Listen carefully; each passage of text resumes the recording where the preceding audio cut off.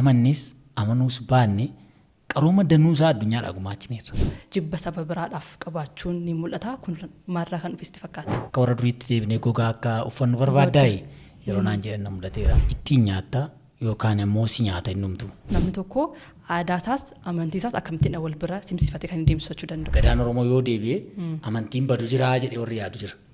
Amantaa nama arrabsu, saba biraa arrabsu, aadaa nama biraa xiqqeessuun nuyi kun eenyummaa keenyaa miti. Seenaan burjaajaan baay'een jira, seenaan dabe baay'een ni jiraata. Kanaafuu ati qajeelfama akkamii hordoftame? Aadaa fi amantiin yeroo isaan tokko ta'an jira. Aadaa Oromoo yeroo jennu guutummaa guutuutti amantii waaqeffannaatti warri jira. Ergaan ati karaa tiyaatiraa hawaasa biraan ga'uu barbaaddu maal dhaame? Sababni nuun raachaa ajjeefnee dhagaa lakkoofnuuf kun uumama xixiqqootiif hammam kabajaa akka qabu agarsiisu. Dhala namaa dhiisiti. Akka abaluutti sirbaan morma nama jallisaa. Morma nama jallisaa.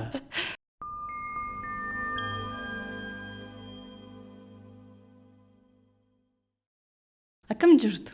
Nagaa keessanii? Dubbiin beektaa waliinii beektaa poodkaast kunoo eegalee jira. Keessummaan koo har'a immoo dargaggeessa cimaa, barreessaa kitaabaa, qo'ataa seenaa akkasumas immoo taatoo jabaa kan ta'e ittaanaa pireezidaantii waldaalee barsiisotaa wabiin as istiidiyootti argamee jira. Dhugaa dubbachuudhaaf waamicha koo kabajee as istiidiyootti argamuu keedhaaf guddaa galatoomiin siin jedha. Ulfaadhu kabajee bakka kanatti waan waamteef galatoomi. Baga nagaan dhufte. Baga nagaan eegdan. Karaan akkam ture? Nagaan dhufte. Karaan baay'ee gaariidha. Xiyyaaraan dhufne. Baga nagaan dhufte yeroo baay'ee wabiin egaa kanadha kan jenni waan tokko duwwaatti kan kennamuuf kennaa tokko duwwaa miti kanatti qabdu. Qo'ataa seenaadha, barreessaa kitaabaadha, taatoodhas. Kanaafuu wabiin isa kamiin waamnu irra caalaa wabii eenyu jennuun? Ilma maquma abbaatii waamanii garuu hunda caalaa barreessaa yoonaan jettu gaanatti fakkaata. Guddaa galatoomi egaa dhugaa dubbachuudhaaf waamicha koo simattee dhugumaas argamuu keedhaaf baay'ee natti toleera. Baga nagaan dhuftee jecha mee daawwattoota tokko waliin walaa barruuti. Wabiin eenyudha? Isatti dhalatee guddatee mee? Wabiin kanumaat argitu kana. Ani wabii kabbadaa barkeessaa mul'ataan jedhama. Oromoo Maccaati. Bakki dhaloota koo Wallagga Bahaa Arjoo Guddattuu bakka jedhamtutti hin dhaladhe. Barnoota koollee achumatti hin baradhe. Boodarraa barnoota gara sadarkaa olaanaa gara magaalaa Naqqamteetti. Achi ammoo gara addunyaa biraatti deemnee jechuudha. Ata'u yeroo baay'ee wabiin gaafa kaafamu wabiin Booranadhaa, Karrayyuudhaa namoonni jedhan ni jiraatu. Ati garuu har'a dhalataa naannoo Wallaggaa akka isaatti ifannuu gootee jirta. Dhugaa dubbachuudhaaf egaa wabiin bakkeewwan garaagaraa biyyoota garaagaraa deemee qo'annaa adda addaa taasisaadha kan inni ture.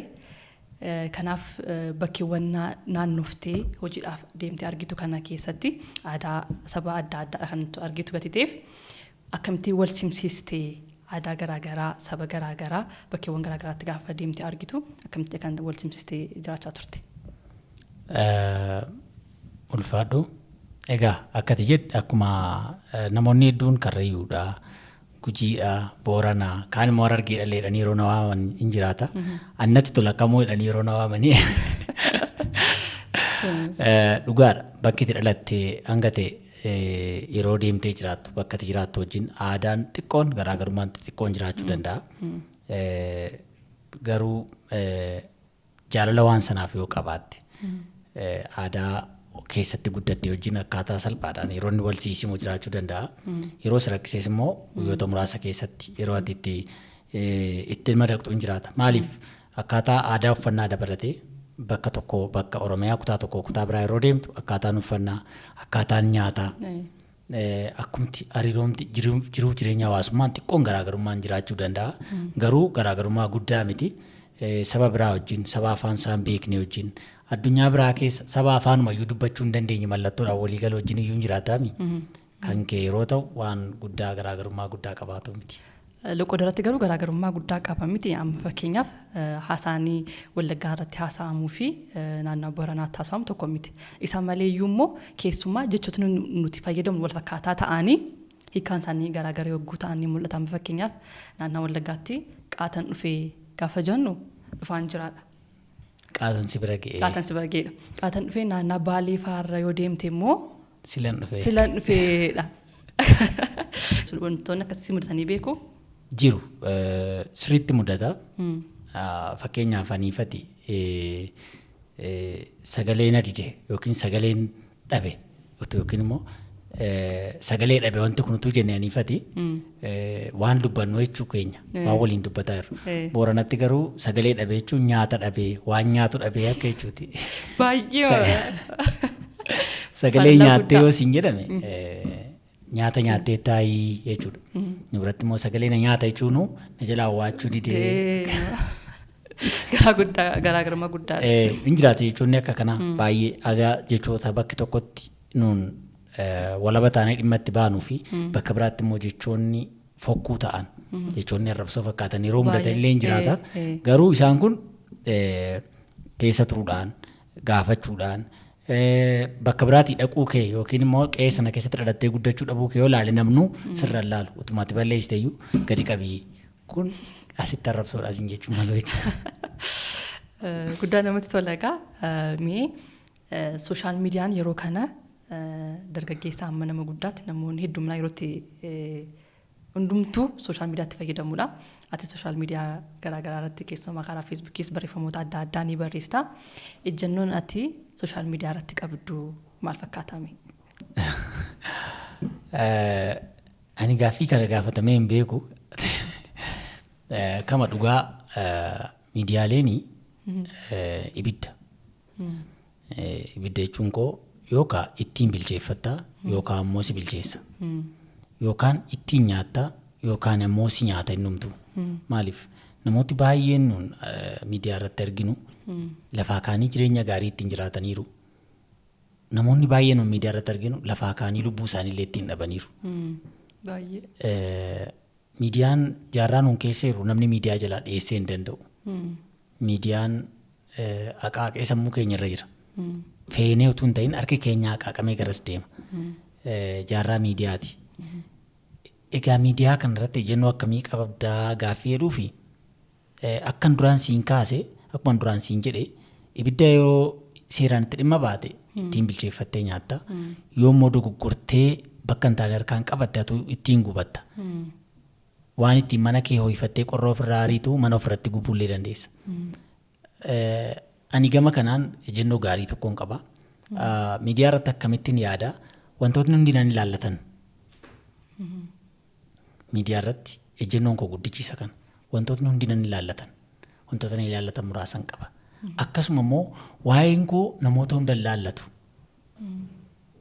Kana jechuun jiruun dhuunfaa koo dhimmi maatii koo keessumaa wanni jireenya dhuunfaa jedhamu ana akka wabiitti ejjennoo gara miidiyaatti dhufuu qabu jedhee yaaduun qaba. Akkasuma immoo ajandaawwan hunda keessatti yaada kennuuf wabiin dirqaman qabu jedhee yaada. Wantoota na ilaallatan qofatu jira jechuudha. Wantoota na ilaallatan sanarratti ejjennoo koo waan hubannoon waan sanarratti qabu. Hubannoon waan sanarratti qabu. Ofii kooti gama kootiin waan keessa koo jiru. Hubannoon xiqqittiin qabu yoo jiraate namoota qooduun dirqama taa'ee dhiyoon itti amane sanu. Yoo kanaa ofii kootiin cufee aappii isaa balleessee ji'a tokkoof torban lama booda yeroon itti deebi'u hin jiraata. Dhimmi jiru nan laallatu jedhee yaade taanan jechuudha. Namni baay'ee yeroo kana garuu gola mana isaa keessaa amma sooshaal miidiyaatti yogguun agarsiisu ni mul'ata gatiteefdha kanan gaaffii kana sii kaase keessumaa dargaggoonni baay'inaan yeroo baay'ee hiriyaan isaa tokko yookaan immoo namoonni naannoo isaa irra jiranii konkolaataa gaarii gaafa isaan qabatan mana bareedaa keessa gaafa jiraatan argee ofiisaadhaan of jibbuu an namaa gadi hin ta'e yeroo itti jedhee yaadamu gatiteefdha gaaffii kana sii kaase ati immoo sooshaal miidiyaa kee kanatti fayyadamtu dhimma dhuunfaa kee osoo hin ta'in waa'ee qorannoo irratti gaggeessituu fi seenaa adda addaadha kanatti karaa sooshaal miidiyaa kee uummata bira geessuu gatiteef namoonni baay'een fakkeenyummaa guddaa kana sirraa hirachuu akka qabnutti dhaga'ama. Akkuma ati jette namoonni qooddatan jiraachuu danda'u. Namoonni waan kanarraa baratan jiraachuu danda'u. Jaarrichi akkansiin jedhe jaarraa miidiyaati. Garuu ammoo miidiyaa kana golli dhuunfaa kee tokkichillee osoo nafin bakki itti ciistu namni itti wajjin bulte ijoolleen kee maatiin kee cireen ati ganama nyaattee fi irbaanni ati galgala nyaattu guutuu miidiyaatti dhufuu qaba jedhee nama amanuu mitiyan. Isaan kun jireenya dhuunfaa keeti. Akka itti jiraataa jirtu situ beeka. Akka itti jiraachuu qabdullee situ beekata. Maal jedhan akka abaluutti sirbaan morma nama jallisaa. Morma nama jallisaa. Inni biraan icciitii manaa qabdu. Icciitii jireenya dhuunfaa keetii kana hunda guurtee miidiyaatti baasee taanaan boru abbaan barbaade waan barbaade sin jechuu mala. Sii galaami. Waan omaa waa'een kee wanti namni hin beekne homtuu hin jiru jechuudha. Yeroo akkasii waa'een kee waa wayii kee waan sanaan sitti dhufu jechuudha. Namoonni garuu galii godhatan ni jiraatu akkas gochuu isaaniidhaan jireenya isaanii dhuguma jijjiirratanii namoonni ittiin milkaa'eef ni jiraatu. Garuu hundumaaf milkaa jechuun miti akkasuma kana immoo jireenya isaanii sooshaal miidiyaa irratti baasuu isaaniidhaan immoo namoonni lubbuu isaanii dhaban namoota baay'ee beeknu waan jiruuf. Eeyyee dhugaadha. Anis isuma sana akkaniin jedhe. Namoonni itti dhimma ba'an jiru. Ittiin bilcheeffatan jechuudha warri sun. Akkasuma immoo namoonni ittiin dhimma ba'uu qabanii ittiin gubatan illee jiru. Miidiyaa irratti agarteetta. Yeroo yerootti waa'ee of ajjeesuuf hin jedhaa. Akkasuma immoo dhaadatanii warri harkatti qabamee jira. Dhaadatanii immoo dhugaa godhanii warri lubbuu ofii galaafatan jiru. Agartee kun hundumtuu dhiibbaa miidiyaan fideedha jira sanarratti. Inni biraan miidiyuma kana akkaataan ati dhimma ba'uu qabdu yeroon ati irratti dabarsuu qabdu mataan isaa murteessaadha. Maaliif dhibeewwan yeroo ammaa keessumaa biyyoota guddatan keessatti mul'atan keessaa dhibeen mukaa'uu kun yookaan dipireeshiniin jedhamu kun gara caalaansaa namoota yeroo dheeraa sa'aatii isaanii dheeraa miidiyaa irratti dabarsan irratti kan mul'atu akkana miti. Saniifuu yeroon ati dabarsitu wantootni ati miidiyaa wal qabatee ilaaltu wantootni ati waa'ee kee miidiyaatti fiddu kun hundumtuu boru dhiibbaa guddaa sirraa geessisa. Jireenya kee dhuunfaa qajeelfachuu dadhabdee hanga lubbuu ofii galaafachuu illee geessaa jechuudha. Baay'ee guddaa galatoomii yaada bal'aadha kan na kaaste. Seenaa fi aadaa ofii qo'achuu barreessuun akkamittiin jalqabdee ka'umsi keenni guddaa maalidhaame? Egaa ani jalqaba irratti sababa jireenyaatti. Jireenya jechuun bakka jiraadhu irraa ka'uudhaan ture. Dhimma aadaa, dhimma seenaa keessa kan hin eegale. Yeroo jalqabaatiif hojiidhaafin gara Gujii deeme. Gara Gujii deemee yeroon bakka sana deemu hawaasummaan bakka sana jiru. Akkitti hawaasni Oromoon Gujii toora sana jiraatu akkaataan inni itti jiraatu akkaataan inni itti uffatu kabajni inni aadaa fi eenyummaa ofiitiif qabu kun hundumtuu na hawwata. Ammoo na aarsa. Maaltu na aarsaa bifa barbaadamuun wanti kun qoratamee barreeffameera. Akkasuma ammoo gara miidiyaatti dhufeera jedheen aaraan ture. Wantoota xixiqqoon jalqabe maanguddoota gaggaafachuu wantoota akkasii hojii koo dhuunfaan bakka sanatti hojjedhuun dabalata wantoota akka kanaa gaggaafachuun jalqabee isaan sun kuufama ta'anii jalqabuma immoo ani mana barnootaa keessaa kaasee nama waa barreessu kutaa 3 kaasee nama walaloo barreessu namoota asoosama raadiyoodhaan mana barnootaa keessatti himaman barreessu waan ta'eef isaan sun walitti dabalamanii barreeffamoota koon harka jiran kan warra kalaqaa barreeffamoota ani lafaa kaasee ilaalaa jiru kan aadaa akkaataa kamiin walitti dhufuu danda'a yaaduu jalqabee jechuudha. Kana keessa egaa bakkoota jilaa hedduu dhaquutu jira. Ardaawwan jilaarra hedduurra naanna'utu jira.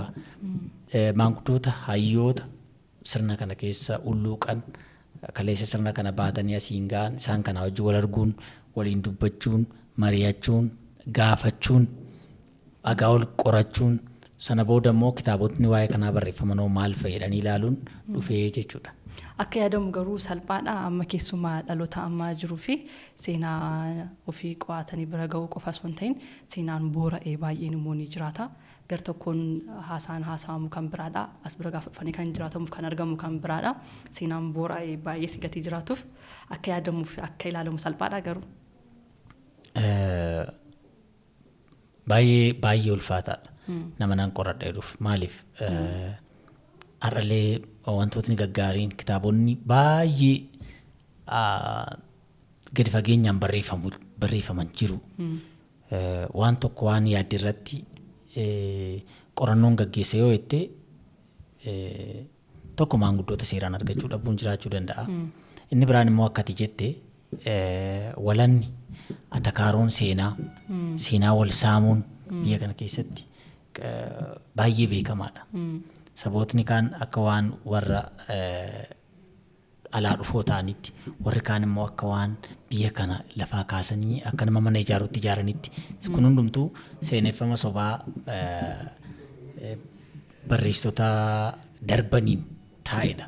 Isaan kana diiguun baay'ee ulfaata. Diiguu qofa osoo hin ta'in lafaa kaasanii dhugaansaa kana jedhanii abbichuma seenaattu nama biraatti miti.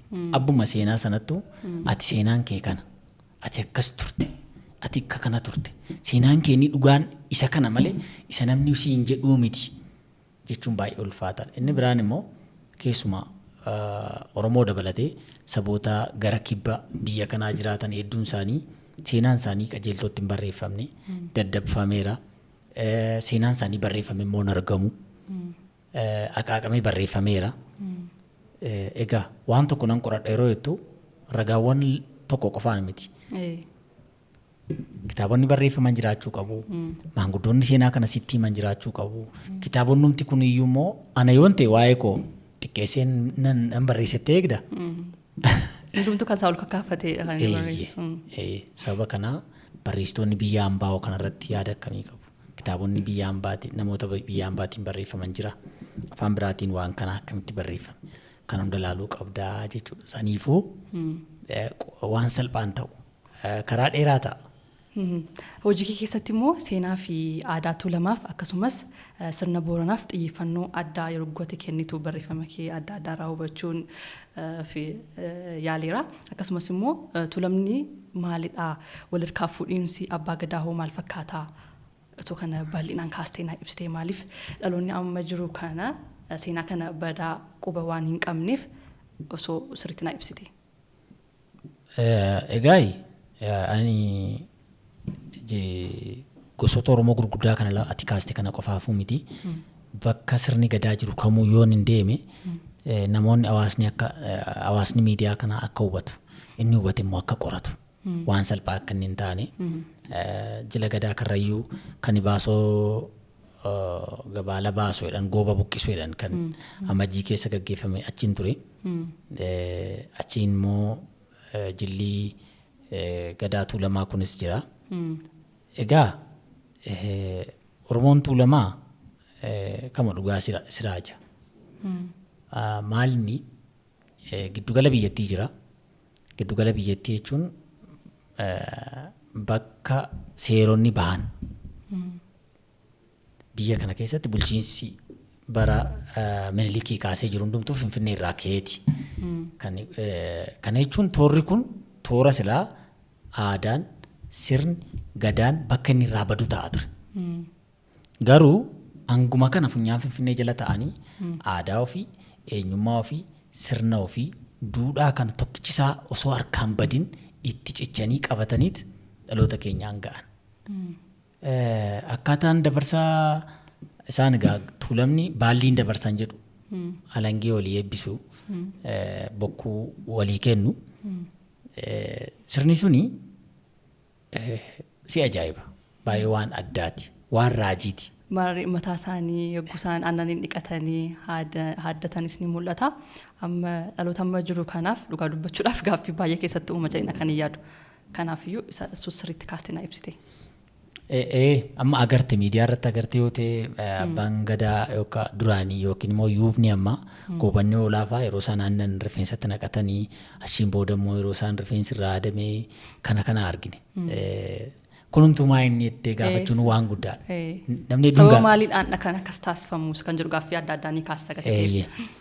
Egaa akka keessumaa abbaan gadaa duraanii kun jiillee dhalootaan jahan jiillee isaanii akka jiilleetti warri gadoome yookaan warri barri gadaa isaanii harka ga'ee yeroo bara gadaa isaanii yeroo gogeessi isaanii aangoo irra jiru jechuudha. Gogeessi jechuun paartii shantu jira.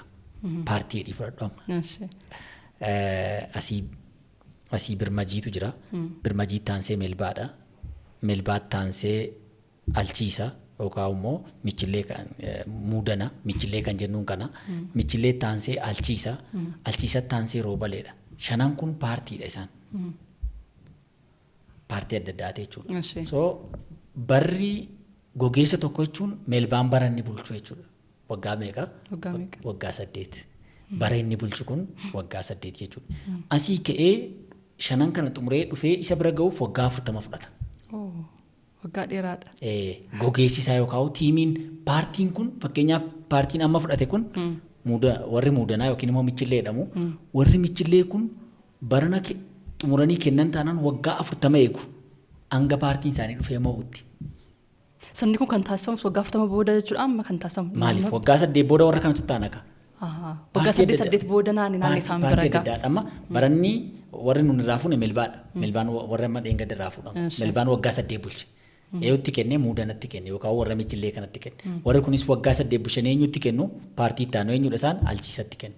Warra alchiisaa kunis waggaa 8 bulchanii eenyutti kennu warra roobaleetti kennu. Roobalee waggaa 8 bulchee deebisee itti kennaa birmajiitti kenna. Akkasitti naanna'a. Waggaa 8 kanaafuu 8 baay'isu 5 waggaa 40 ta'a jechuudha. Waggaa 40 booda paartii kee qaqqaba.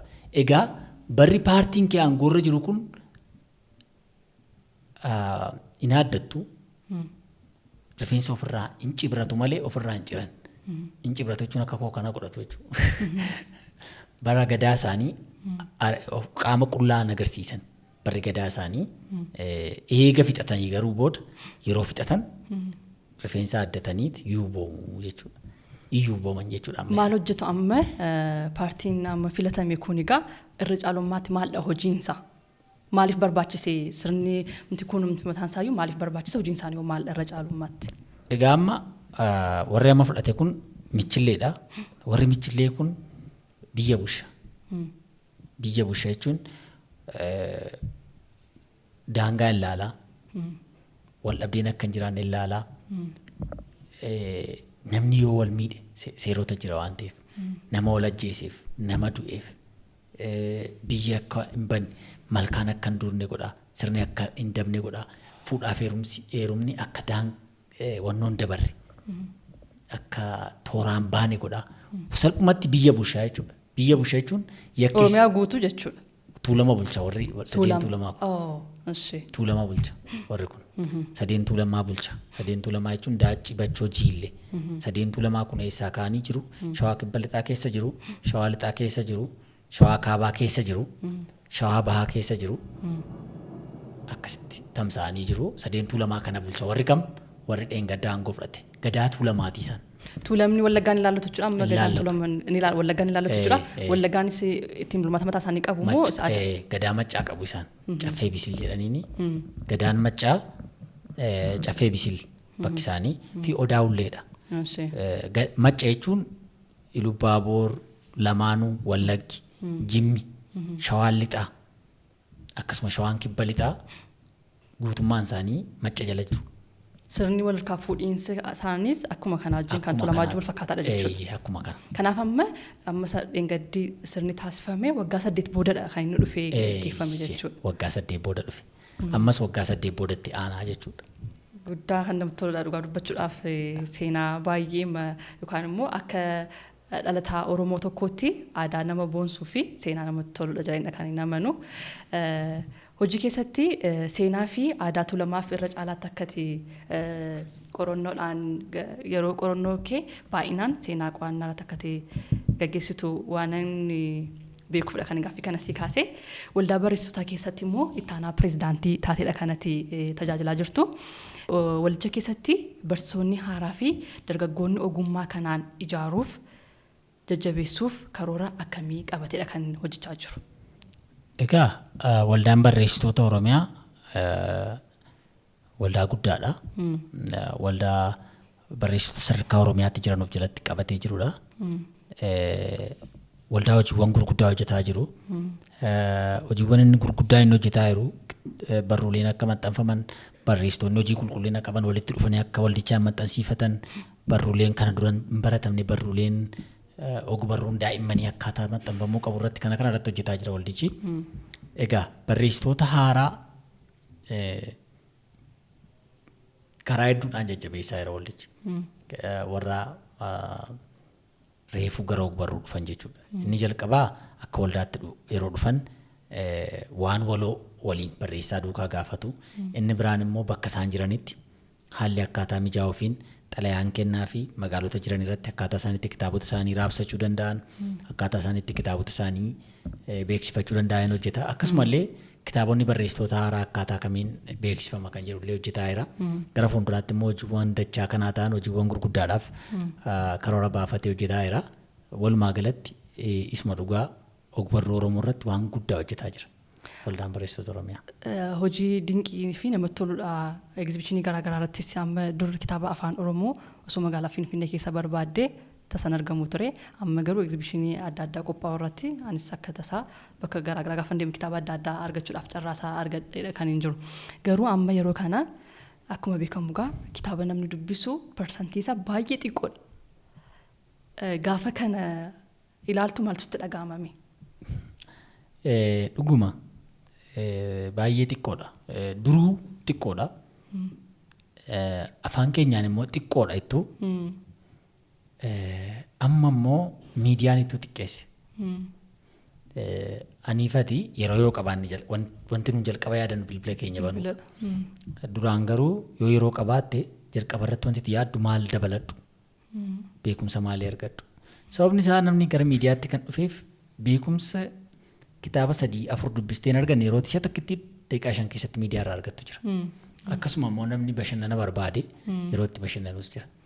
Egaa ani dhaabbata tokko keessatti hojii gaggeessaa ta'e hojjedhaan ture. Dhaabbanni kun Oromoo Buuk jedhama. Kitaabota irratti hojjeta. Kitaabota sagaleedhaan. Akkasuma kitaabonni PDF'dhaan akkaataa kamiin kitaabonni gabaarraa badan dabalatee akkaataa kamiin hojjeta kan jedhu nama dargaggoo Yoonaataan jedhamu kan biyya Noorwee jiraatuun hundaa'e dhaabbatichi dhaabbata guddaadha. Dhaabbata abjuu guddaa qabatee ka'edha. Dhaabbatichi maal godhe ani kan dhaabbata sana keessatti dhufee waan addaa maaltu uumame kitaabonni sagaleedhaan akkaataa kamitti qophaa'u. Konkolaachisaa akkam gootee kitaaba dhaggeeffachuu dandeessa. Yookaan taaksii keessa teessee kitaaba baattee deemuun yoo si jibbisiisate salphumatti iirfoonii kee gurratti godhattee kitaaba 2-3 akkamitti dhaggeeffattee xumuruu dandeessa kan jedhu irratti kitaabonni bifa hawwataadhaan gara sagaleetti akka deebi'an godhame kitaaba Koorbooricha dabalatee kitaabonni barreessitoota jajjaboo baay'een isaanii gara sagaleetti dhiyaate akkasumallee PDF'dhaan kitaabota gabaarraa badan akka kitaaba obbo Isaayyaas Hordofaafaa dabalatee PDF'dhaan achirma irratti qofa dubbistee akka dhiistutti buusuu hin dandeessu. Nama biraatiif sheer gochuu hin dandeessu.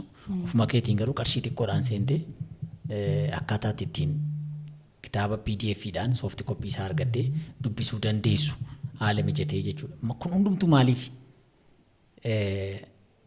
Yeroo tokko duuba yoo deemte dhalooticha duuba yoo deemte bakka inni ga'uu barbaada ga'uu dhiisuu dandeessa. Dura immoo dhaabbattee yookiin dura deemtee immoo wanta inni yaaduu dhiisuu dandeessa. Garuu isaan duukaa wanti isaan fedhan waan bilbila eegatee bilbilarraan dhaggeeffachuu hin dandeessa. Bilbila ergatee bilbilaan soofti koppii bantee dubbisuu dandeessaa jechuudha. Tole egaa yeroo ammaa kana immoo dargaggoonni seenaa fi aadaa isaaniitiif xiyyeeffannoo kennan gadaanaadha. Kun egaa baay'inaan kan mul'atudha. Kanaaf ati hojii keetiin hanqina kana duuchuuf hammamsiif milkaa'eera gufuunsi mudate maal dhalaata? Egaa dhuguma akkati jette namni aadaa ofii ilaaluun dhimma eenyummaa ofii kanaa dhimma seenaa ofii qorachuun xiyyeeffannoon kennamu baay'ee gadi bu'aadha. Sababni isaa wantoota hedduu kaasneerra inni biraan immoo namni yeroon waan kan akka duubatti hafummaatti akka qaroomuu dhabuutti yeroo ilaalamullee hin jira. Ani waa baay'ee na mudateera. Namatti waa'ee sirna gadaa nama wajjin yeroo taasiftu akka warra duriitti deebinee gogaa akka uffannu barbaaddaa'e yeroo naan jedhan na mudateera. Garuu akkas miti. Maal jedhanii fuulduratti darbachuuf duubatti aggaaman moo maal jedhan? Eeboo guddaa tokko fageessitee darbachuu barbaadda yoo ta'e duubatti tarkaanfatta. Hawaasumti ijaaramu. Dhaloonni bor dhalatu. Dhaloota akkamii ta'uu qabaa jettee yaaddayyuu yoo ta'e jalqaba dhimmi eenyummaa kaleessaa baay'ee murteessaadha. Inni biraan immoo nuuni amannis amanuus baanne qarooma danuusaa addunyaadhaa gumaachineerra. Qarooma. Addunyaa irratti dhimmi amantii, dhimmi falaasamaa, dhimmi dhahaa, dhimmoonni herregaan wal qabatan, dhimmi ji'oogiraafii ka'umsi isaa laga Abbaa jettee addunyaan amanteerti. Laga Naayil jettee jechuudha. Laga Naayil irra immoo kuushota jiraachaa ture. Wanni dhahaa irra Oromoo wajjin wal qabatu dhimmi dhahaa. Dhahaa dha'uu jechuun urjii ilaalanii ji'a lakkaa'uun dhimmi qarooma bulchiinsaa. Bulchiinsa uummataa jennu kana. Dhimmoonni qorichaan wal qabatan. Dhimmoonni ji'oogiraafii. Yoo lakkoofte har'a Naamuraatungaan dhagaan Boorana keessa jiru kalaqaa Oromooti. Warra akka Dr. Doobiinsi fa'aa, Dr. Liinchee fa'aa warri jedhaman argatanii Oromoon waggoota 2800 dura akkaataa akkamiin kalandara akkamii qaba jedhanii mirkaneessaniiran. Dhimmoonni bobbocaa. Kalaquma haaraa jechuudha. Laga Odaa kan jedhamu jira kan toora waggoota 8,000 olii ta'a kan jedhan kan laga Odaa jedhan kan toora dirree dhawaa jiru kun. Gadaan. Magaalonni numti addunyaa irratti jalqaba hundaa'an. Warra akka Naabbaataa fa'aa, warra akka Meeroo fa'aa kuushotaan ijaaraman magaalonni kun. Sana qofa miti. Nuyi kan qaroome warra adii qofa nutti fakkaata. Qarooma kan baatee deemu, qarooma illee kan fide warra adii dhannee yaadna. Dogoggora guddaa jechuudha. Garuu Sookiraaxas fa'aa dabalatee, Paayitaagoraas fa'aa dabalatee jiru. Qorattoonni Giriikiin, hayyoonni Giriikiin ani qaba jettu gara caalaan isaanii laga Abbaay irra turan. Laga Naayil dhufanii qoratanii asirraa qorannoo fuudhan kana gara Faranjiitti galaniitti Giriik erga ga'anii booda asibsan kanaaf aguma harki kee qarooma Giriikitti gadi seente lafee gurraachotaatti baata kan jedhaniif kanaaf. Isa kana qorattoonni seenaa danuu isaanii ragaa ba'aniiru warra akka Dursiillaa Dunjaawustan fa'aa dabalatee jechuudha. Amma maalidhaa nuyi biratti aadaa yeroo jennu duubatti hafummaa yaadna. Malee dhimma eenyummaa dhimma dudduubatti teessoo itti hirkachuutti yaadnu. Silaa utuu teessoo itti hirkattee hin dadhabduu qaamni keessa hin laafu miti yoo atis hin nuffitu hirkatteerta waan ta'eef jechuudha. Isa sanadha yeroo jennu jechuudha. Yeroo dhimma aadaa eenyummaa jennu namni jalqaba ofiisaa baruu qaba. Jalqaba irratti. Ati jalqaba irratti ofii kee baruu qabda. Ofii kee hin barree taanaan beekumsi addunyaa irratti bartu maayini. Ati eenyu akka taate, mucaa eenyu akka taate, warri kee maal akka qaban, aadaa akkamii akka qaban, akkamitti akka nyaatan, akkamitti akka yaadan, waaqa akkamitti akka ilaalan, lafa akkamitti akka ilaalan, bineensota akkamitti akka ilaalan. Hin beektu yoo ta'e beekumsi ati baargama ceetee faranjii irraa argadheetu iyyuu maayini faayidaansa. Maqaa taphataa kubbaa miilaa naa himuu dandeessa. Maqaa kilaboota gurguddaa biyyoota Awurooppaa kan kubbaa miilaa naa himuu dandeessa. Falaasota addunyaan qabeetu lakkoofuu dandeessa. Garuu ofii kee qe'ee kee keessa waan jiru hin beektu yoo ta'e. Hin beektee hin jedhamu. Hin joorteedha malee. Asitti mitiidhaaf seera tumanii agartee beekta qe'ee keessatti ani akaakayyuun kun na lakkoofisee beeka. Raachii ajjeefte dhagaa lakkaa'is hin jedhan. Dhagaa adii cirracha gumaa isheeti beeki. Raacha waan ajjeefteef. Bukoon siin bukaa'uu maalii siin turuu agarte. Filosoofii amma kun falaasama isaan itti jiraatan. Lubbuun raachaa hangam gatii akka qabdu agarsiisuufi. Sana qofa miti. Bara itti addunyaan wal gobdee daaraa wal gootee aangoo eeboo fi qawweedhaan malee hin dabarsinetti akka nama siin jedhe waggaa 8 achi hin bushu jedhee wal lola.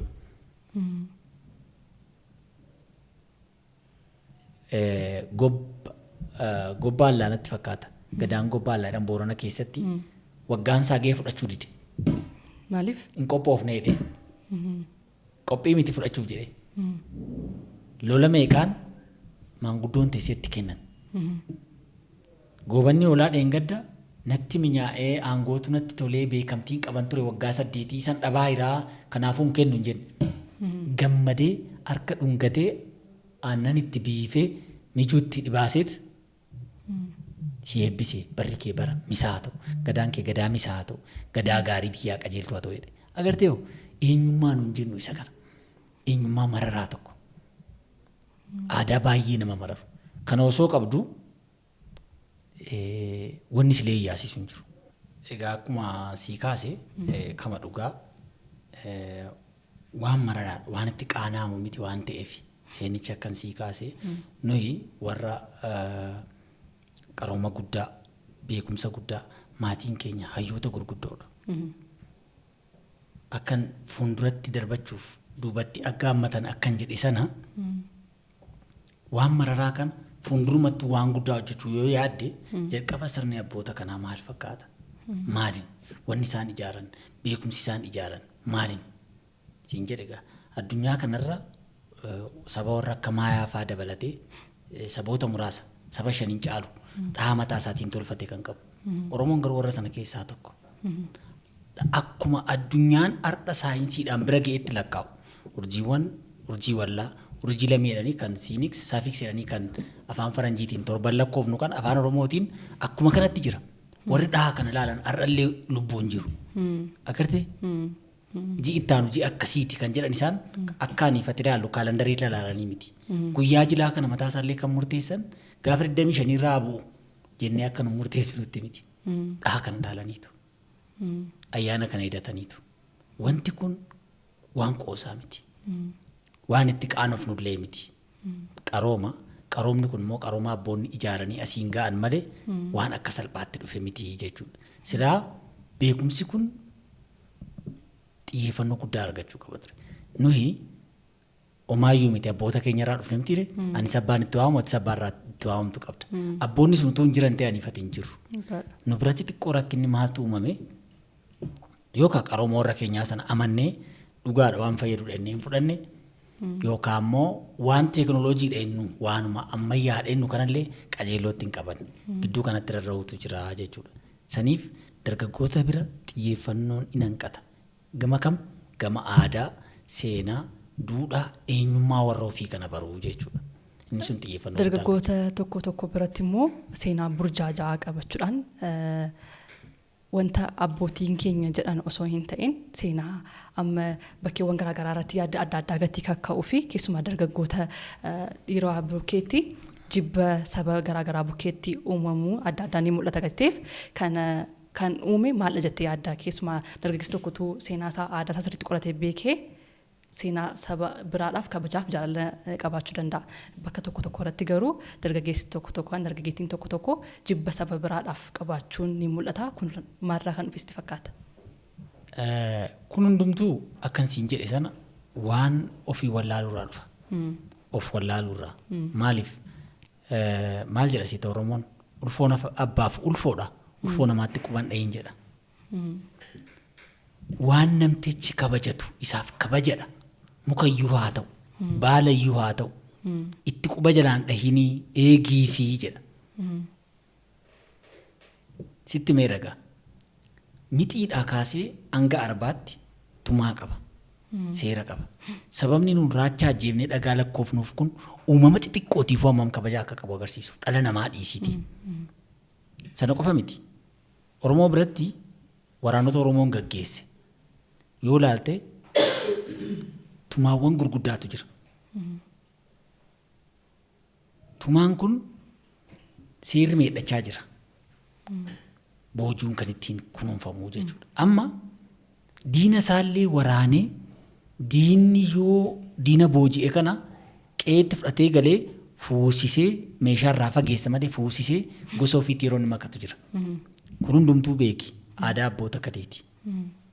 Diina isa waraanuuf dhufellee qabee kunuunsee yeroo inni ofitti dabalatu jira jechuudha. Waan nuuni amma arginu kun xiqqeessuun saba biraa arrabsuun kun hundumtuu maalirraa maddaa yoo naan jette an jalqaba irratti barcumaa fi ulfina abbaatuuf jala baataa jedhan. Maaltu jira? Tuttuqaatu jira. Fakkeenyaaf wabii bishaan keessaa baate ati yoo naan jette waa deebisuun koo nafu wanti akkasii in uumama.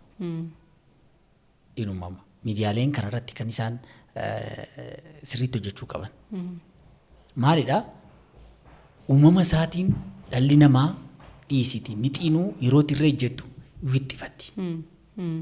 Ciniintee ofirraa si kaasuufi bara.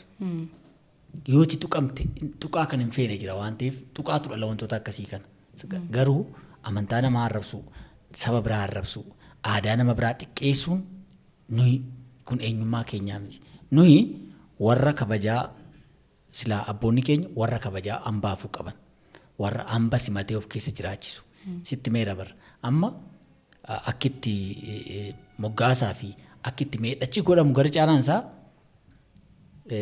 nama loluuf dhufe nama loluuf dhufe yeroo isaan ofitti makan agartaa jechuudha. Kun hundu nama si loluuf eeboo qabatee dhufillee. Nama isa kaan isa qe'ee isaa keessa aadaa isaa amantii isaa namicha jiru miti. Garuu maaltu jira akkasiin jedhu tuttuqaan jira. Inni biraan immoo nuhumti dargaggoonnumti kun waan safuuf safeeffannaa dhugataa deemaa jira. Aadaa nama biraa arrabsuu dhiisiitii saba biraa arrabsuu dhiisiitii ofiisaayyuu haadha isaa arrabsaa jira. Abbaa isaa rukutaa jira. Kun egaa waan guyyaan fiddee jechuudha. Dhugaadha asirratti immoo dabalee kan hin kaasuu barbaadu keessumaa yeroo baay'ee namoonni duudhaalee aadaa fi amantaa wal keessa burjaajessan ni mul'ataati. Asirrattuu ilaalcha akkamidha kanatti qabdu keessumaa duudhaalee amantaa keenya seenaa fi aadaa sabichaa keessattuu seenaa sana waliin hidhata akkamidha kan inni qabaatu. Egaa akka addunyaatti karaa amantii ilaalcha tokkoon qaba. Ilaalchi amantii bu'uurri isaa yeroo saba sababeeffatee ka'u jira. Sabarraa ka'a. Amantiin sabarraa ka'u jira. Fakkeenyaaf Budiizimiis, Hinduizimiis, even Kiristaanitii mataa isaa yoo fudhattee maqaa isaan moggaasan afaan Ibruuti. Jechuun jechi Israa'el jedhu, jechi Abrahaam jedhu, jechi Yaaqoob jedhu kun hundumtuu afaan maaliiti? Afaan saba ta'eeti jechuudha. Amantichi afaan sabichaatiin dhufe. Yeroo hedduu yeroo dhiibbaa uumanii jiraata aadaa irratti. Garuu namoonni yeroo hedduu aadaan amantii balleessaa yeroo jedhan agarra. Isa kana wanti kaasuu barbaade. Fakkeenyaaf aadaan Oromoo fakkeenyaaf gadaan Oromoo yoo deebi'ee amantiin badu jiraa jedhee warri yaadu jira. Sun beekuu dhabuurraa kan ka'e natti fakkaata. Maaliif akkansiin jedhee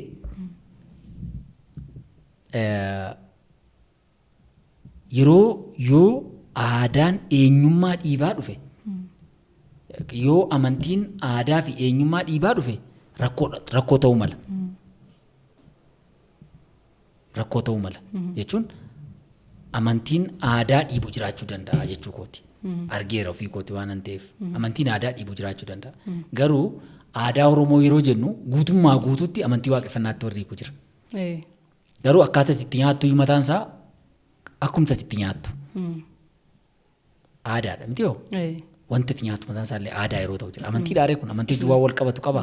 Hin qabaatu jechuudha. Sirnoota keessa garuu dirqamsiisanii yeroo isaan faallaa aadaa yookiin immoo amantiiwwan yeroo si deemsan jiraachuu mala. Jiraachuu mala. Akka fakkeenyaatti sii kaasuu hin danda'a. Fakkeenyaaf Musliima yoo taate ati Musliima yoo taate waan kiristaanni qale hin nyaadhuu jechuu malta. Akka fakkeenyaatti sii kaasa beeki. Bakka jilaatti immoo kun hundumtuu kan godhamu abbaa muudaa yookiin immoo abbaa gadaa yookiin immoo caffetaayicha yookiin waan ta'een ta'a. Sirni kun kan godhamu. Eebba biif yoo jedhame namtichi soomu tokko bakka sana dhaquu danda'a? Hin danda'u. Mitiire? Hin danda'u. Yeroo akkasii aadaatu amantii dhiibee osoo hin ta'in amantii namtichi hordofutu aadaa kan akka gaggeeffatuuf isaaf hin mijatu jennee dhiisna jechuudha. Sirriidha. Garuu immoo kanaa wal qabatee yeroo baay'ee gaafa kaa'u akka fakkeenyaatti yeroo baay'ee kan kaafamu waa'ee irreechaa wajjin wal qabatee namoonni baay'een qeeqa hedduudha kan isaan kaasan keessumaa amantaa kiristaanaa namoota hordofan bukkeettis haa ta'u amantaa musliimaas haa ta'u ilaalchi irreechaadhaaf qabu namoota baay'ee bukkeetti burjaajaadha. Kanaaf namni tokko aadaasaas amantiisaas akkamittiin wal bira simsifatee kan deemsifachuu danda'u. Egaa irreecha yeroo jennu dhuguma yeroo hedduu yeroo irreechaa ka'ee irreechi aadaadha moo amantiidha? Irreechi amantiidha moo aadaadha? Warri kaan amantiidha. Kun amantii waaqeffannaadha. Warri kaan immoo kun aadaadha. Ani namoota akka laallatutti yoo laallate gaarii natti fakkaata. Garuu sirnichi fakkeenyaaf irreecha jechuuntu baalcha jedhama. Baalcha jechuun coqorsa baalchuu galata akka jechuuti. Yaa Waaqa ganna dukkana kana na baafte awwaara bonaa na of galchi. Dukkana gannaan na baafte awwaara bona kanaa immoo na of galchi. Galatoo fi kadhata. Waaqan kadhattaa hin galateeffata. Isa ganna si baasee hin galateeffata. Bona kana immoo adaraa kee na of galchiidha. Wannumti irreecha. Sababa ganna kana na baafteef oodhu waan naa kenniteen wanti naa kennite coqorsa. Wanti ni sii kenne wanti roobdee naa biqilchitee kun kennaa keeti. Kennaa ati naa kenniteen sii kennaa. Hodhu ettee baalcha yookiin galatoodha kun. Amma filosoofii amantii biraatiin yoo ilaalle amantiidha. Maaliif waan galateeffatamutu jira. Wanni galateeffatamu kun eenyu? Waaqa.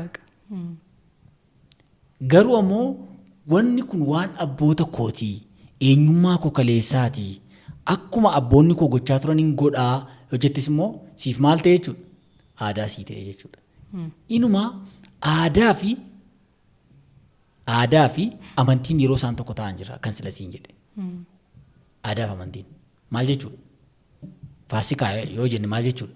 Faasikaa jechuun maal jechuudha? Bira darbuu jechuudha. Bira darbuu jechuudha. Akkasumatti hoo? Afaan Ibiruudha. Faasikaa jechuun afaan Ibiruudhaan bira darbuu akka jechuuti. Bira darbuun afaan Ibiruudha. Aadaa Ibirootaati. Aadaa Ibiroonni yeroo qe'ee warra Misiriin yookaan qe'ee warra Gibxotaa turan moora balbalarratti godhanii ergamaa Waaqayyoo hangafa warra sanaa ajjeesuu dhaqee bira darbee akka jechuuti. Bira darbuu akka jechuuti. Aadaa isaaniiti jechuudha. Sana qofa miti. Ji'i midhaan sassaabamu macaafa qulqulluu irratti agarru kan aadaa Ibirootaatiin wal qabata. Amma aadaadha jechuudha. Amantii fi aadaatu wal keessa jira jechuudha. Siin jedhe bara. Maqumti mataan isaa aadaa amtii akkaataan moggaafnu aadaadha bara. Fakkeenyaaf waaqa beekaa yookiin waaqa tolaa yookiin immoo rabbirraa waaqa wayyaa utuu jettee waaqa kanatti maqaa dhaartu. Amma aadaa keetii jechuudha. Akka aadaa keetti waaqa laalaa jirtu moggaaste jechuudha. Akkuma kan afaan Ibiruutiin immoo yeroo ta'u aadaa isaaniitiin amantii isaanii gaggeessu jechuudha. Biyya Arabaatti uffanni uffatamu huccuu aadaati. Biyya keessa immoo yeroo dhuftu akka huccuu amantiitti yeroo ilaalamu. Agartee hoo? Aadaa fi amantiin yeroo tokko tokko dugdaa fi garaa ta'u. Warra gargar bahuu hin dandeenye garuu warra immoo walitti hin kaloofne jechuudha. Aadaa irratti amma yaadotni ka'an baay'eetu jiru dhiifama yaada kee addaan sikutee yoo ta'e amma hordofaan amantaa ortodoksii tokkoo fi hordofaan amantaa musliimaa ayyaana musliimotaadha jedhee kiristaanni tokko ka'ee hin deemu mini akkuma kana warri musliimaas immoo ka'anii iddoo amantaa biraan deeman. Naaf yeroo tokko aadaadha rakkina qabu amanees aadaa koos wajjin simsiisadhee jiraachuu kan danda'an namoonni jedhan jiru. Namoonni tokko immoo lakki amantiidha bakka sana deemuus hin qabnu kan jedhan jiru. Kanaaf asirratti ilaalcha akkamii qabda? Siin jedheera amma egaa maal kana deemtee garamitti galtaa? Amantichi maali? Eessaa dhufe? Isee dhutti deemtaa jechuudha. Amma sitti dhufe beekamaadha kan hundumti keenya irratti walii galla. Ati afaan Oromoo dubbatta. Afaan kana waaqatu sii kenne. Macaafni kun yeroo dhufu garuu afaan Oromoon dubbatu. Aadaa warra sanaatiin barreeffamee dhufe. Eegasii afaan keetti akka sii galuuf hiikame. Sii galee miti? Ati jechuudha maalidha jechuudha? Ati Oromoo amantii sana hordofuudha jechuudha. Akka Oromootti shubbisni Oromoo jira akka itti sirbamu. Akka itti Oromoon waaqumta jechuumti waaqa jedhu afaan Oromoo dhamtire. Afaan Amaariffaa yoo dhaqne hiikoo biraa qaba. Ingiliffaa yoo dhaqne, Ibiruu yoo dhaqne, afaan Arabaas yoo dhaqne hiikoo biraa qaba. Agartee miti? Kuni siif maali? Eenyummaa kee kaleessaati. Karaa warri kee irra deemee dhufe. Ati har'aas geessee aadaa biraa amantii biraa keessas jiraattu wanni kun na laallataa aadaa warra kootii akki kun jettee namatti himta. Amma coqorsa kutanii akkas gochuun bar warri keenya kanaaf gochaa turan. Har'a garuu ani musliima yookiin ani kiristaana yookiin ani kana hin dandeessaa jechuudha. Wanni guddaan bakka sanaan wal qabatu akka jette fakkeenyaaf asii kaanee kiristaanni tokko Makkaan dhaqu yookiin Madiinaan dhaqu tarii daawwannaaf warra deemu jiraachuu danda'a. Yookiin immoo masjiidaan dhandu. Inni kun dhugaadha. Garuu waan waloo isaan wal qabsiisuu qabaachuu dhabuu danda'u. Waan waloo wal isaan qabsiisuu dhabaachuu danda'u. Amma eegaa akkas ta'e ashandiyyee kiristaannis musliimnis wal faana yeroo qabatu saba sana keessaa warra dhalate. Inni biraan immoo fakkeenyaaf ayyaana waggaa haaraa jedhamu. Ayyaana waggaa haaraa musliimnis kiristaanis yeroo waliin kabaju arguu dandeessa. Inni sun dhimma eenyummaa bu'uureffate maaltu irreechi saba bu'uureffate. Amantichi immoo amantii sabaa miti mitire. Amantii sabaa miti fakkeenyaaf kiristaanitiinis musliimnis amantii Oromoo miti jechuun waan biyya hambaatii Oromoodhaa dhufedha. Kan irratti walii galle hundi keenya akka sabaatti garuu akka itti nyaatu akka itti yaadu akka itti waaqa ilaalu qabaa jechuudha. Inni sun aadaadha beeki. Irreeffannaan sun isa jechuudha. Waan eenyummaa sabichaa wajjin wal qabatu ati bakka kamuu jiraadhu aadaa kooti eenyummaa kooti fakkeenyaaf calleen yookaan dooqni huccuu keerra jiru kun waan akeeku qaba waan amantiiti. Waan akeeku qaba jechuun waan bakka buullee qaba miti qaama mallattoo hormaataati. Qaama hormaata shamarraniiti. Waan bakka kun ilaalcha akkamii ilaalcha sabichi uummate jechuudha. Ilaalcha sabichi uummate. Akkam nagaa jirtaa itti nama gaafachuun afaan Oromooti. Musliima yeroo taatu garuu assalaamu alaikum jettee gaafatta. Agartee inni ati akkam jettu aadaa waan abboota keerraa fidde inni ati assalaamu alaikum jettu immoo waan amanticha keessaa fudhattedha jechuudha. Yaada bareedaa fi ibsa namatti tolu kanatti naa deebiste guddaa galatoomii turtiin keenya akkuma itti fufeetti dhagaa. Ammoo kan inni kaasuu barbaadu akka barreessaa seenaa tokkootti ragaaleen dhugaa qabatamaa ta'an argachuuf akkasumas seenaa akka hin dabsamne gochuuf qajeelfamoota akkamii hordoftaa akkuma sila kaasaa turre egaa seenaan burjaajaan baay'een jira seenaan dabe baay'een ni jiraata kanaafuu ati qajeelfama akkamii hordoftame? Ani qajeelfamni ani kanarratti hordofu waan gaarii tokkoon qaba. Seenaa jettiidhaan hin barreeffamu. Inni biraan immoo ilmaa dhaamsaaf akka ta'utti namni seenaa nan barreessa jedhu lafa seenaa sana beekuu qaba.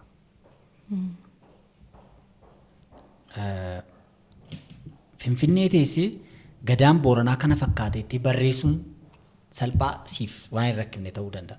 Gogeessi gadaa Booranaa kana gadaan Booranaa akkanatti deemaa kana qabaa gogeessaan ganaa qabaa akkasitti darbaa tulaa akkanaa qabaa Booranni tulaawwan akka kanaa qabaa akkasitti kitaaba watee irraa dubbistee nama watee waamtee arguu fi bakka sanatti argamtee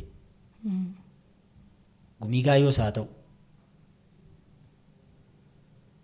bakka biraas haa ta'u bakka gumiin Booranaa ta'u bakka sirni jilaatti gaggeeffamu bakka jilli jiru kana guutuu deemtee arguu fi dhageessee yookiin kitaaba irraa dubbistee barreessuun garaagarummaa guddaa qabaata. Ani qajeelfama akka kanaan hordofa. Dhugummaa seenaa sanaa barbaadde yoo ta'e dhugummaan seenaa sanaa waan jiraatamu fakkeenyaaf dhimma gadaa kaasna miti. Dhimmi gadaa yeroo kaasnu waan qoratame qofa miti waan jiraatamudha. Waan jiraatamu jechuun afurtamman kootti gadaa abbaa kootu nagaa yoo ta'e abbaan koo waggoota 40 kana maal keessa darba ilaalta beeki. Sirni gadaa sirnootarraa iyyuu adda ta'a kan jedhu kanaaf jiraachaati sirnichi kan darbu. Amma namni nan qoradha jedhu qajeelfama kana osoo hordofee gaariidhaan jedhaan qajeelfama akkamii seenaas haa ta'u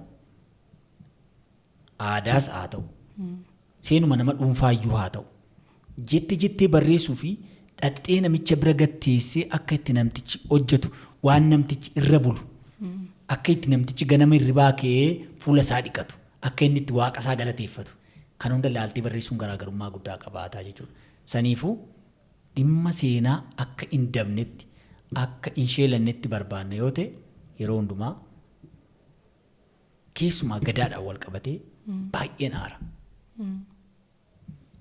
Bakka sana dhaquu hin dandeenye yoo ta'e bakka sana dhaquutu furmaata guddaadha. Gadaan Karrayyuu maal fakkaata? Hariiroon gadaa Karrayyuu isa Boorana jiruu fi Karrayyuu isa Fantaallee jiru gidduu jiru maalinni? Kan hundumaa kan itti agartu Karrayyuu Boorana jirus Karrayyuu Fantaallee jirus bira teessee argitee yeroo inni sirna jila isaa godhatu laaltee taajjabdee yaadannoo qabattee maaliif kana goote jechaa gaafachaa dandeessaa jechuudha. Agartee utuman jaarsa wayii waamee Finfinnee kaayee haasofsiisee waan kana hunda naa himuu dhiisuu danda'a. Wanta yaadatu qofa naa hima. Yeroo achii garuu wanta yaadatu qofa miti barra. Wanti inni hojjeta waan ta'eef wanti inni dagatu hin jiraatu.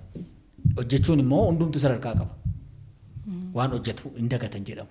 Yeroo haasa'uu fi yeroo hojjetu isa gidduu innuu garaagarummaa qabaata waan ta'eef jechuudha. Ati bakkeewwan hunda kana deemtee qo'attee ijaan bakkichatti argamteetta jechuudha? Baay'ee isaanii argameera. Amma keessumaa wantoota gadaa wal qabatan kan hin barruu koorra kaa'es kan bakkoota biraatti sitti dhimma ba'us yoo ta'e hunda isaaniis ta'uu baatu garuu addatti gadaa Booranaa gadaa Gujii Karrayyuu akkasuma immoo kan Tuulamaa gadaa Macaalleessaa tokko irraa argadhee laaleera kana qaamaan bakkichatti argame maaltu godhama namni tokko baallii kennee fakkeenyaaf kennee amma dheengadda fudhate inni fudhate kun maal godha waggaa tokkoffaa irratti maal gochuu mala waggaa lammaffaa irratti yeruma sana sirnoota akkamiitu gaggeeffama akkamitti alangee dabarsee kenna yookaan akkamitti bokkuu kenna yookaan akkamitti baallii rifeensaatti suuqaaf maal jechaati isa kana ijaan argaati jechuudha. Isatti ijaan argite kana immoo dargaggoota biraadhaaf akka isaan beekaniif akka isaan hubataniif haala kamiidha kanatti uummata bira geessaa jirtu. Egaa wantoota muraasa kana dura bifa barruutiin kan hin kaa'ee jira. Salphaatti ani numaa akkamiin yaada namni tokko kitaaba seenaa dubbisuu caalaa keessumaa dargaggeessi yeroo ta'u asoosama yeroo dubbisuu isaa salphata. Kitaaba seenaa yeroo ta'u inni uffisiisa. Barreeffama goggogaa jalaa ta'uu danda'a. Asoosama yeroo ta'u garuu qooddattootatti kalaqxee yoo keessi irra caalaa salphaatti hubatamaaf jedhee yaada. Akkasuma immoo amma yaada addaa nuun qabnu fi irrattis hojjechaa jirru asoosama yeroo ta'u caalaa immoo fiilmii yeroo ta'u baay'ee hawwataa ta'a dargaggeessaaf. Isa taa'ee ilaalutu irra caalaa gaarii ta'aaf. Bifa isaaf mijaa'ee yaaluuf. Wantoota xiqqoo waan xiqqoodha kan inni hubadhe waan xiqqoon hubadhe sana immoo akkaataa kamiin hubachiisuu danda'ama jedhee gama kootiin bifa kitaabaatiin bifa tiyaatiraatiin bifa fiilmiitiin akkasumallee bifoota miidiyaalee hawaasaa irratti barreessanii akka jettu sana barreessanii maxxansuutiin kanneen kanatti dhimma ba'an jira. Asoo guddaan namatti tolu carra qabeessummaadha jireenya kan yaaduu bakkeewwan akkasii irratti argamanii seenaa uummata koodhaaf ni fayyada jettee amantu irratti hojjechuun baay'ee carra qabeessummaa guddaadha. Kanaaf seenaa yoguu qoratamuutti xiinxallii guddaa fi yaada sassaabbachuu barbaada jireenya kan yaadu keessumaa akkansiin jedhee seenaa boorcamaa baay'ee waan jiruuf dargaggeessa afaan uummata Oromoo kana biraan ga'uudhaaf hojii guddaadha kan inni barbaadu gateef ati gaafa barreessitu haala kamiidha kanatti barbaaddu namni tokko bakka iyyee yookaan sagalee baay'ee jiru keessaa kan barreessu ni jira namni tokko immoo lakkiddoo callisee gaafa barreessudha kan yaannaa dhufu kan jedhan jira ayyuuti ati bakkeewwan deddeemtu sana teessee barreessitamoo haala kamii keessatti kanatti barreeffamoota amma kana barreessitu? Ani gara caalaa barreeffamoota kalaqaa irratti kan hin xiyyeeffadhu kitaabota seenaan arge kana bifa kalaqaatiin akkamitti nama bira ga'uu danda'a kan jiru irratti xiyyeeffadha. Hojiiwwan koo kana duraas kana gara caalaan isaanii tiyaatiroonni ani barreesses seenaadha. Seenaa garuu bifa kalaqaatiin salphaatti akkamitti hawaasa hubachuu danda'a. Inni biraan fiilmiidha kan hin barreesse. Diraamaan dheeraallee barreeffamellee hin jira. Garuu yeroon barreessu yeroo hundumaa yaadichi eessattuu naa dhufuu danda'a. An amala akkamiin qabaa yaadi yeroo naa dhufuu diraaftii isaa jalqabaan barreeffadha. Achiin boodan tasgabbaa.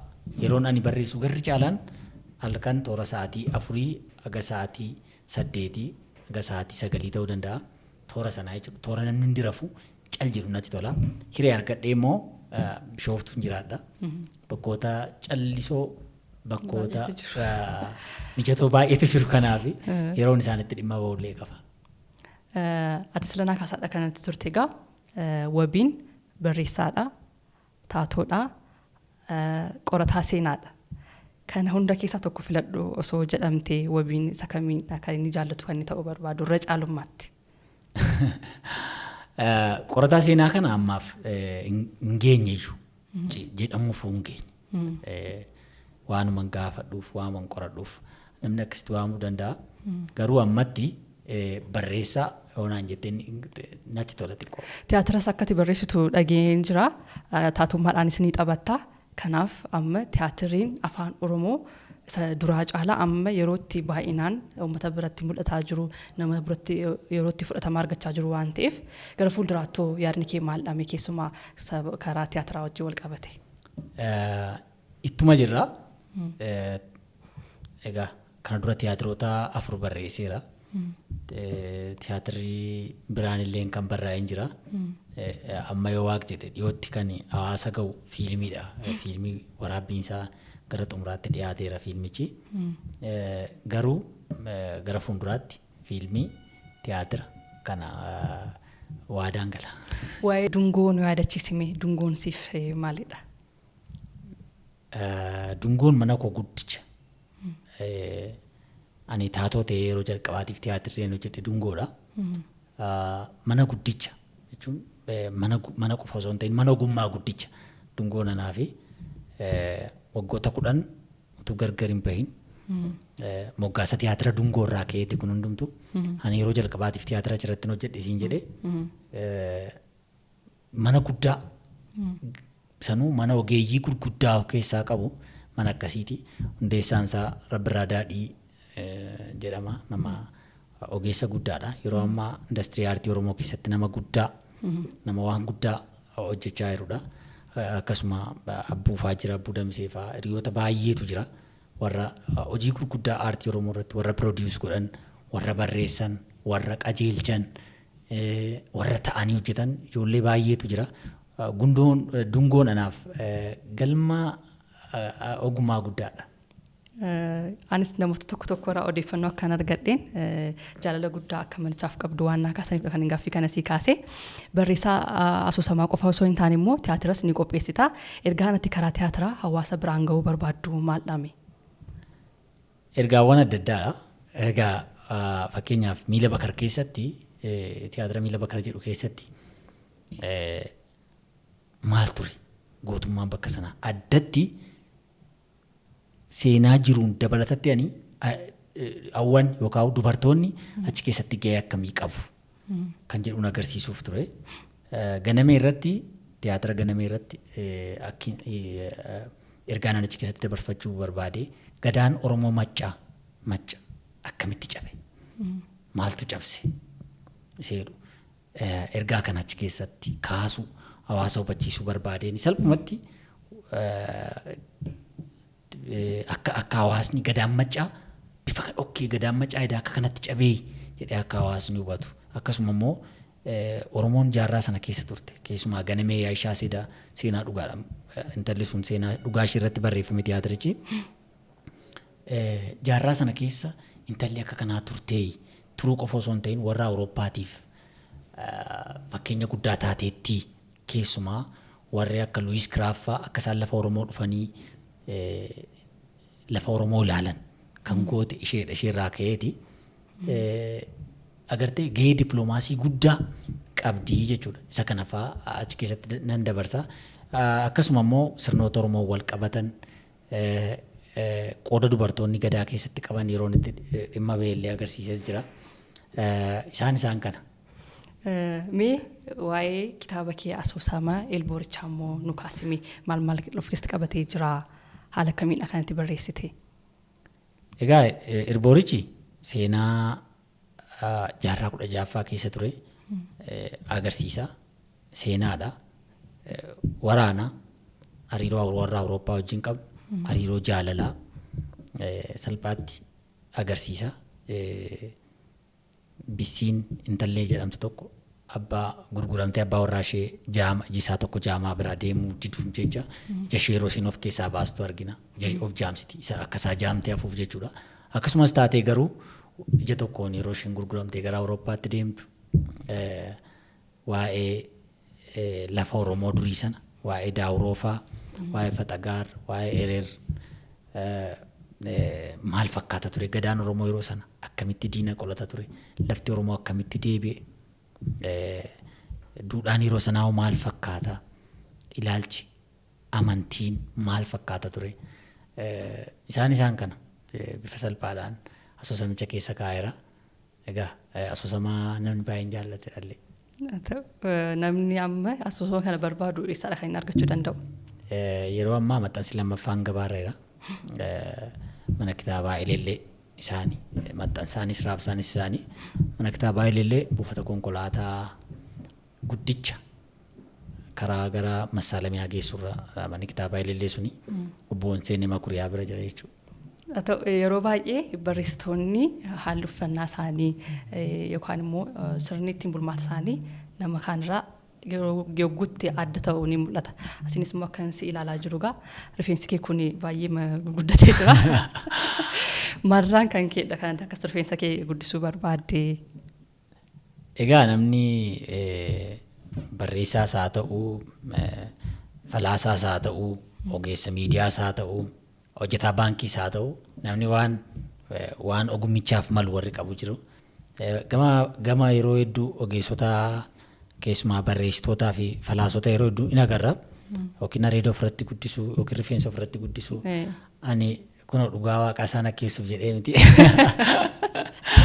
Yoomii kaasedha kanatti akkas guddifachuutti kaate? Ani rifeensa waggoota 20 dura natti fakkaata. Yeroon mana barnootaa yeroo duraatti natti fakkaata. Garuu nan hir'isaa yeroon irraa muramellee jira. Dirqamaan yeroo naadamellee jiraachuu danda'a. Namoonni naannoo keerra jiran maal sin jedhu gaafa jalqaba si arganii namoota biraa adda waan ta'eef jalqaba ilaalcha isaan siif qabanii maal fakkaata? Ilaalchota baay'ee jira. Dhalli namaa akkuma maqaan isaa gargartee akkuma fuulli isaa gargartee ilaalcha adda addaa qaba. Warri baay'ee jaallatu jira. Warri immoo sodaatu. Warri jibbus jiraachuu danda'a. Warri immoo artifishaalii jedhee warra harkisuuf itti deemullee hin jira. Egaa warri jaallatu. Warri gaafatullee hin jira. Warri immoo naa yaadda'u. Si nuqqisu. Sitti noo'u. Sitti ulfaatu. Atoo qalloodha maaloo atoo gabaabaadha warri jedhanillee jira. Ta'uugaa guddaa namatti tola. Turtii bareedaadha kan nuti taasisaa jirru. Gaaffii koo xumuraa kan hin taasifadhu. Gara fuulduraatti akka barreessaa seenaa fi gaggeessaa tokkotti hawaasa keessatti jijjiirama akkamii fiduu barbaadda? Kaayyoon kee inni dhumaa maali? Kaayyoo dhumaa kanatu nama yaaddessa. Egaa akka gaggeessummaa keessumaa gama waldaa barreessitoota Oromiyaadhaan wal qabatee jirutti karoora baay'ee qabna. Bara darbee awaardii guddaa gaggeessine sadarkaa Oromiyaatti awaardii hawwataa jiru akka gaanfa Afrikaatti badhaasa ogbarruu kan kennu nu qofa. Awaardiin kun awaardii addaa akka inni ta'u irratti hojjechaa jira. Fuulduratti karoora gurguddaa qabna gara waldaatiin. Akka kootti akka barreessaatti kaayyoon koo inni guddichi ani warra na ajaa'ibsiifadhutu jira. Akka addunyaatti barreessitoota na ajaa'ibsiifadhu qaba. Warra akka Daambiroon, warra akka Shidinni Shelden kalaqa irratti. Daambiroon immoo seenaa akka kootti barreessa. Akkan aadaa yookiin immoo seenaa hawaasaa bifa asoosamaatiin nama salphaatti barreessuu danda'u. Kitaabonni isaa akka Da Vinci Code, Inferno fa'aa kanaaf ragaadha. Afrikaa irraa immoo Chiinwaa Achebe baay'ee na ajaa'ibsiifadha. Baay'een jaalladha. Akkasuma baay'een mararfadhallee. Baay'ee. Naman baay'ee kabaju.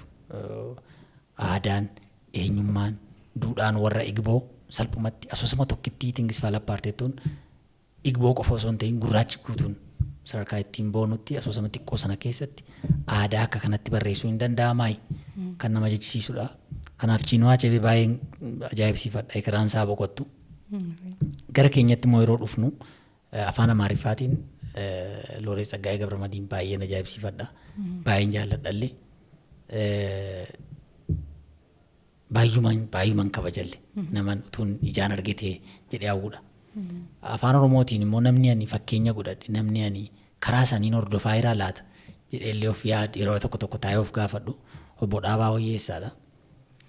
Baay'een jaalladha. Akkuma isaanii asoosama nan barreessaanis isaanis asoosama barreessu tiyaatirallee barreessu.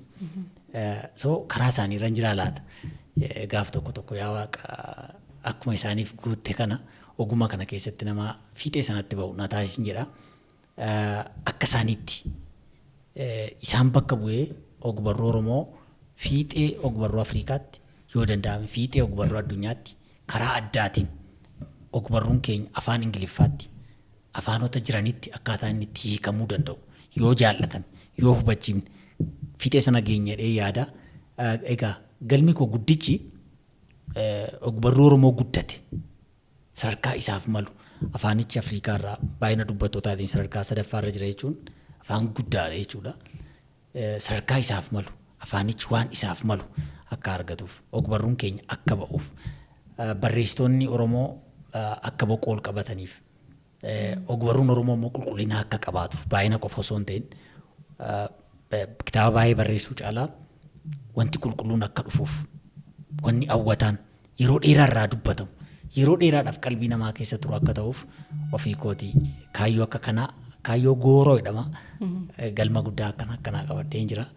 Egaa kana cinaan immoo ofii koos nama guddaa ta'u keessumaa gama fiilmiitiin nama fiilmii produce godhu of danda'ee fiilmiiwwan Oromoo nama produce godhu diraamota dheeraa nama produce godhu ta'uu hawwii guddaan qaba kaayyoo kootillee. Amiin waaqayyo nama sanaa siyaa taasisu gaa. Dhuma irratti poodkaastiin kun poodkaastii dargaggoonni guddina sammuu, guddina qaamaa, guddina amantiidhaan isaa ta'u kan isaan akka isaan itti of jabeessan akka itti of ilaalan akka ta'udha kan hin barbaadu gatiteef dargaggootaaf ergaa yookaan immoo yaada kaasuun qaba jettu jira yoo ta'e carraan sii kenna. Baay'ee gaariidha. Egaa dargaggootaaf anillee amma dargaggeessarra ce'aan jira fakkaata gara geessaa ga'eera. Maalidha yeroo hundumaa maal barbaanna? Waan barbaannu sanattoo garamiin deemaa irra karaa nuun irra deemaa irra kun sirriidha. Keessumatti akkaataa sila kaasne sanaan miidiyaatti akkamitti fayyadamaa irra? Miidiyaa maaliif itti dhimma ba'aa irra? Waan gaarummaa immoo akkuma sila jenne sana ittiin of ajjeesaa irra? Ibidda inni irra? Bishaan inni irra? Seeraan hin qabdu taanaan si galaafata akkamitti dhimma itti bahaa jirraa? Isa kana teenyaa yaannu gama ogbarruutiin immoo haa dubbisnu. Keessumaa gara afaan Oromootiin haa dubbisnu dubbisuu qofa osoo hin ta'in haa qeeqnu yoos kan guddachuu danda'u waan ta'eef ofitti haa deebinu gama aadaatiin immoo eenyummaa keenya haa ilaallu. Namni of hin beekne homaa beekuu hin danda'u waan ta'eef ofitti deebinee of haa ilaallu. Dhugumayyuu namni of hin beekne waan biraa maal beekuu danda'are homaayyuu ofitti haa deebinuu kanan dhaama. Ta'u guddaa galatoomne. Ulfaadhu. Turtii baay'ee bareedaadha. Ulfaadhu galatoomne. Ulfaadhu guddaa galatoomne.